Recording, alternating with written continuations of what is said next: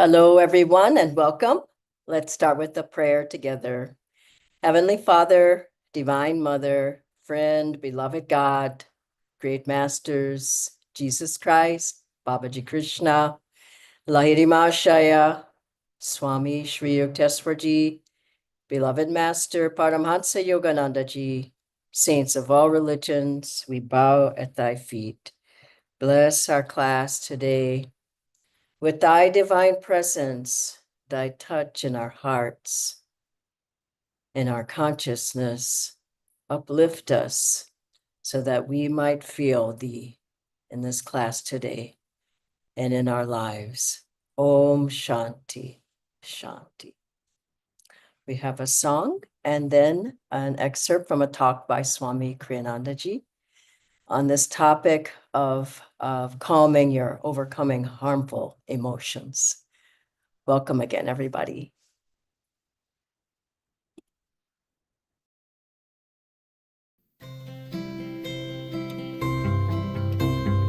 Nothing on earth can hold me. Rise, O my soul, in freedom. Nothing on earth can hold me. Rise, O my soul, in freedom. Rise, O my soul, in freedom. Nothing to fear anymore. Rise, O my soul, in freedom. Nothing to fear anymore. Nothing on earth can hold me. Rise, O my soul, in freedom. Nothing on earth can hold me. Rise, O my soul, in freedom. Rise, O my soul, in freedom. Nothing to fear anymore. Rise, O my soul, in freedom. Nothing to fear anymore. Nothing on earth can hold me. Rise, O my soul, in freedom. Nothing on earth can hold me. Rise, O my soul, in freedom. How to overcome negative emotions. But negative and positive alternate constantly. We have to go beyond emotions. The true state of consciousness is citta, which means feeling. Feeling is intuition, and feeling is beyond emotion. But emotion is disturbed feeling. It's waves on the surface of feeling. And all of those are centered in the heart. So the first thing to do, we have to overcome both negative and positive emotions, because to feel good or to feel badly is still to feel in a dream, as though the dream were real. What I mean by good or badly, I mean anger versus forgiveness, and all the, just on an emotional level, reactive level. Reaction are based on the Ira and Pingala in the spine. And actually it's related to the breathing, so that when something that you see in this world is, you react negatively to it, you sigh. When you see something that you're happy about, let's say a beautiful scene or a good ice cream cone or whatever it might be, like that. And so children, babies, when they're born, they cry. Before taking they have to breathe in before they can breathe out, but their first gesture is a cry. They've got to deal with matter all over again. Well, anyway, what we need to do is concentrate our feeling in the heart and direct that feeling upward toward the brain. When that feeling can be directed toward superconsciousness, then it goes beyond emotion. Emotions in themselves are not good. We need to go beyond that, because they're what keep us in mind. Good morning again, friends. I'd like to start by reading from this great book, Wisdom of Paramahansa Yogananda, How to Have Courage, Calmness, and Confidence. I have a couple of brief excerpts. One is, I am engaged in lifting myself from ignorance to understanding and enlightenment. It requires all my attention to rid my thoughts of emotions of anger, jealousy, pride, revenge, fear, sense of lack, and sickness. These hindrances I must catch and cast out forever, so that when the debris of negation is cleared away, the pure water of life itself may spring forth and flow freely through me to bless all. Secondly, Master is saying, these are the words of Paramahansa Yoganandaji. When you are angry, you are in a slow baking oven. All your nerves, brain cells, and flesh are baking in the fire of anger, which at times has caused even death. Anger carried to extremes is not safe for the body, mind, or soul. Many illnesses are caused by anger, which also distorts the face and brings on old age quickly. Do not in this way desecrate your mind and face, which are made in the image of God. And one more, Master says, when you are angry, your brain cells burn. When you worry, you paralyze the nerves. Fear burns the nerves that bring energy to the heart. Feeling timid destroys the nerve endings. Too much sleep drugs the nerves, and too little sleep is hurtful to the nerves. The cure is to be calm at all times and do your best. Now, today, this is a really important topic because people engage in moods, they engage in anger, they get worried, they get upset, and they go up and down with harmful emotions. They get off center, they wonder what's wrong, and your life starts to just really fall apart. You lose your center in God, you lose a sense of a higher awareness, consciousness, expansiveness. You feel yourself kind of closed in a box of, and it's not real. And you can't feel the higher realities outside of yourself. Emotions go unchecked, and people tend to just indulge in them. And I was remembering a time I was at an airport, and this is, I think it's East and West, just basically people get more and more emotional. And people think it's an authority thing. I can yell at people, I can scream at people, I can even hit somebody. It's all fine because I'm in charge. I'm the authority person here. It's just you've lost your sense of self-control. I remember at an airport here in India, I was there, and a man was shouting so loudly. It was childlike. And he was just demanding this. You could have heard him from way far away. And it just was so, I mean, really silly. He looked ridiculous, honestly. But people think, no, I'm the boss. I can say and do whatever I want. Then I was remembering in America the story that came of a man who was shouting like that, and he was up at the counter and saying, I have to have this, and you must do this, and you must do that, and the poor person behind the desk was trying to help him, and he finally says, "Listen, you don't know who I am." And this is how people they are. You don't know who I am. I'm this, I'm that. I have this big name. I'm a Bollywood star. I'm a Hollywood star. I have wealth. I have 300 people under me or whatever. And I can shout as much as I want. So he said, "You don't know who I am?"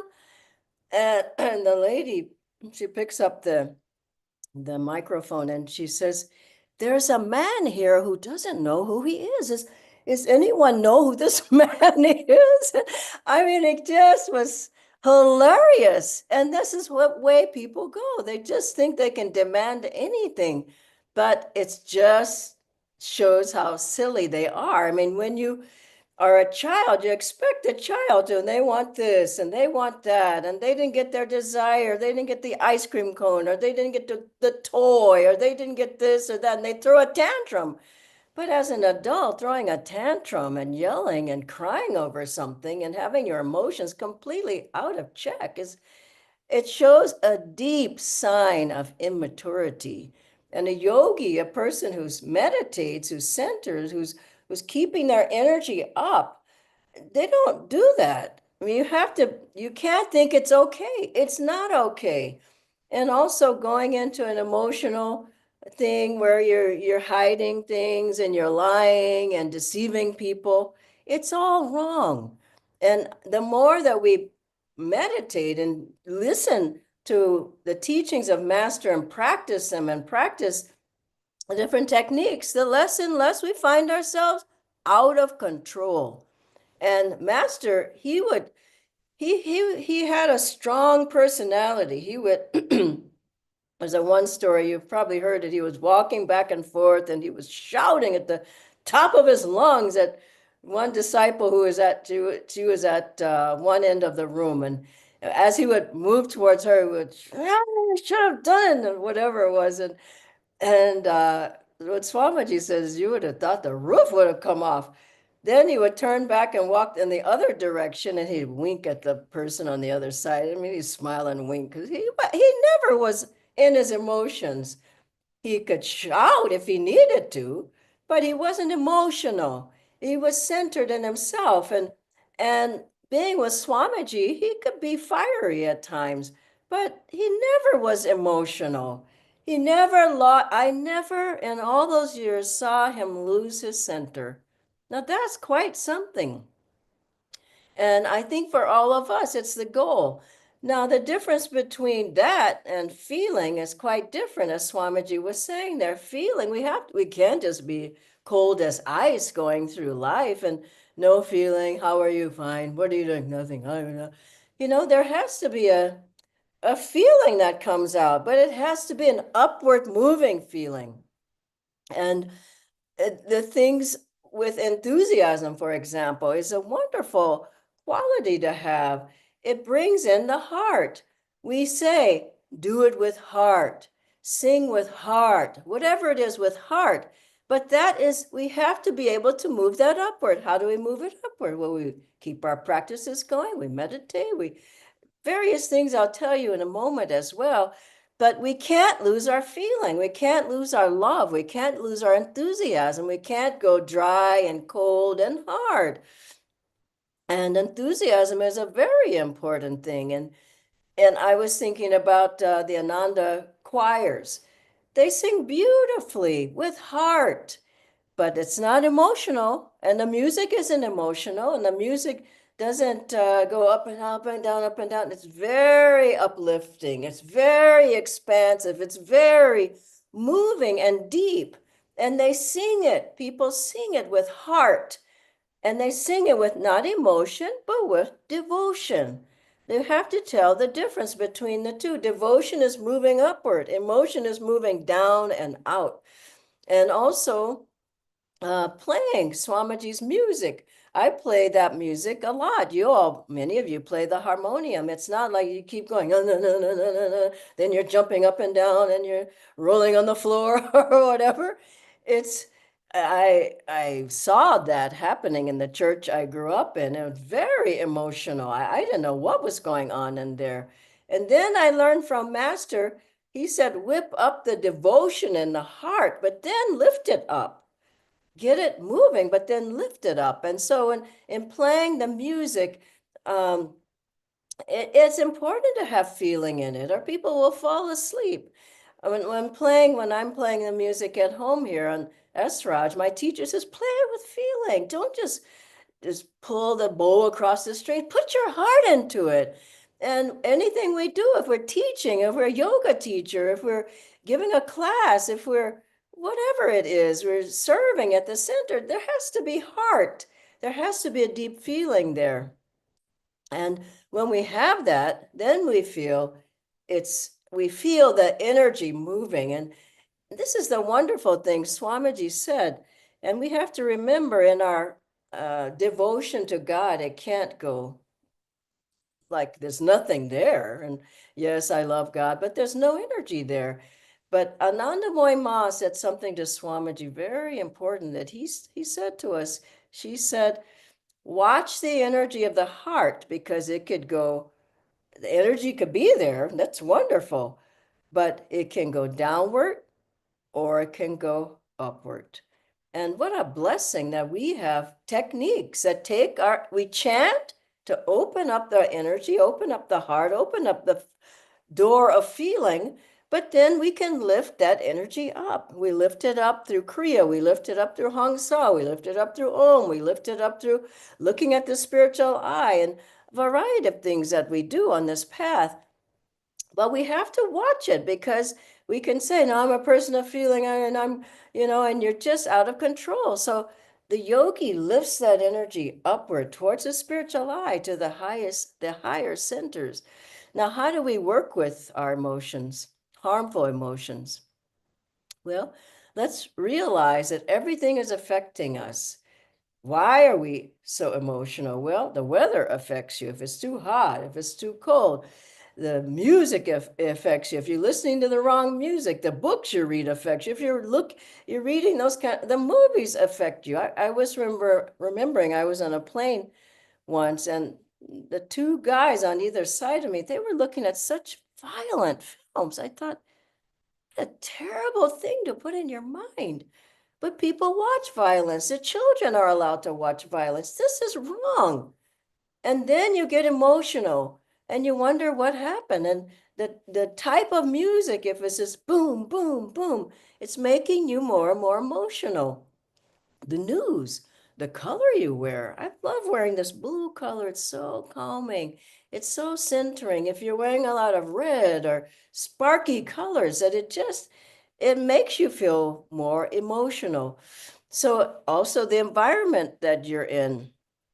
If the environment, there's a lot of noise, honking. I remember I was with Jyotish and Daviji last trip they were here, and Daviji said, I think there's less honking now in India. I said, no, there's not less honking. And I said, and you probably realize that most of the honking is coming from our own car, but you can try to reduce the noise around you, turn the music down. I told you I was in that cafe once trying to have a meeting, and I went and we couldn't even hear each other in there. I went to the manager. I said, it's too loud. Just turn it down. Turn the music down. I'm trying to have a meeting. He says, what? He couldn't even hear me. I said, you can't even hear me yourself. And so try to bring the sound down around you if you can. Some other things, if you can, get out of the city. As you can, go out when you have a vacation. Don't stay in the city. If you gonna get out and be in nature, be in the trees and taking a walk and being by a river or being by the water, being by the ocean, listening to the birds. I like to walk through Lodi Garden, and it's so beautiful just to be in nature. And some people are walking by with the big, kind of like a boombox, boom, boom, boom, boom, with the music going on. But just to be in nature is so important. And also things that will calm you down, being near water, swimming in water, putting your feet in water, just calming the senses down, chanting, of course, playing music, listening to chanting, singing it yourself, and just uplifting your vibration with that, doing pranayama, even count breath, tensing and relaxing when you feel stressed out and tensed at work. Energization, of course, doing just an energization break or a couple of exercises, a few yoga postures, super conscious living exercises. Then you just feel the stress and tension just go down. Of course, positive affirmations and also prayer. And I want to read a couple of these from Master, what his recommendations to calm the nerves. He says a couple of things. Wonderful. There's a wonderful one here. I'm sure you all have heard this one before, but it's one of my favorites. about worry. Go on a worry fast. Then he gives an example. From noon to 1, say, I am cheerful, I will not worry. In the evening, between 6 and 9, while in the company of your spouse, are hard to get along with relatives and friends. Mentally make a strong resolution. Within these 3 hours, I will not worry. I refuse to get vexed, even if I am nagged, no matter how tempting it is to indulge. I will be in a worry feast. I will resist and be on a worry fast. Then he gives another really important one on worry. He says, worry fasting is a negative method for overcoming worry poisoning. But he says, every day try this, if only for a little time. Be joy infested. Be with joy infested minds. There are some people, the song of whose laughter nothing can still. Seek them out. Feast with them on this most vitalizing food of joy. Steadfastly continue your laughter diet, and at the end of a month or two, you will see the change in yourself. A couple of more. He says, for fear. When fear comes, tense and relax and exhale several times. Switch off on the electricity of calmness. Let your whole mental machinery wake up and actively hum with the vibration of will. This is an interesting one. For stage fright, it is a form of fear, which causes nervousness in many people, so they are unable to do anything naturally. If you are shy and have stage fright, get your mind quiet and remember that all the power you need is within you. And then just a couple more. Reduce overworking. Take frequent baths, rubbing your hands on the skin of the entire body before bathing. Go to bed early. Another one. Don't remain in the same room with nervous people. That's an interesting one. Choke excitement in the bud. Avoid jazz and loud music for some time at least. Listen to violin music. And the last one, don't frequent movies which contain exciting scenes or tragedies. And of course, he says, practice concentration and meditation and hold on to their calm after effects. I'll ask Natendra to join on screen now.